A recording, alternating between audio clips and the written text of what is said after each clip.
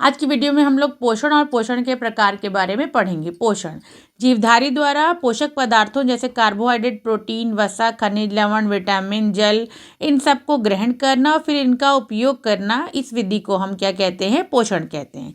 पोषण दो प्रकार का होता है, एक होता है स्वपोषी पोषण और एक होता है परपोषी पोषण। स्वपोषी पोषण जीवधारी जब भोजन का संश्लेषण स्वयं करते हैं तो उसे स्वपोषी पोषण कहते हैं।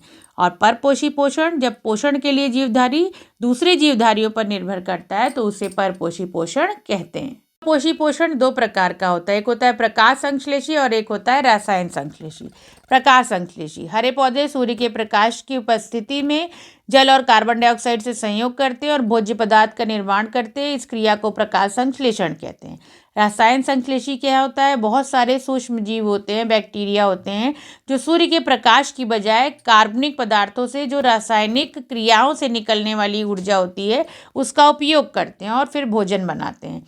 ऐसे जीवाणुओं को रसायन संश्लेषी कहते हैं। विषम पोषी पोषण के प्रकार ये तीन प्रकार का होता है, परजीवी, मृतोपजीवी और प्राणी संभोजी।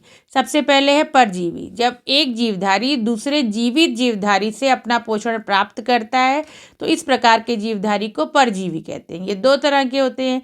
अगर जीवधारी के शरीर के अंदर पाए जा रहे हैं तो उन्हें अंतः परजीवी कहते हैं, जैसे फीता कृमि है, एस्कैरिस है। और शरीर के बाहर से अगर भोजन प्राप्त कर रहे हैं तो उन्हें बाह्य परजीवी कहते हैं, जैसे जोंक है, जूं है, ये सब जो है बाह्य परजीवी होते हैं। मृतोपजीवी जब कोई जीवधारी अपना भोजन सड़े गले मृत पदार्थों से प्राप्त करता है तो उसे मृतोपजीवी कहते हैं। इसके अंतर्गत कवक आते हैं। जब जीवधारी अपना पोषण पौधों से या जंतुओं से प्राप्त करते हैं तो उन्हें प्राणी संभोजी कहते हैं।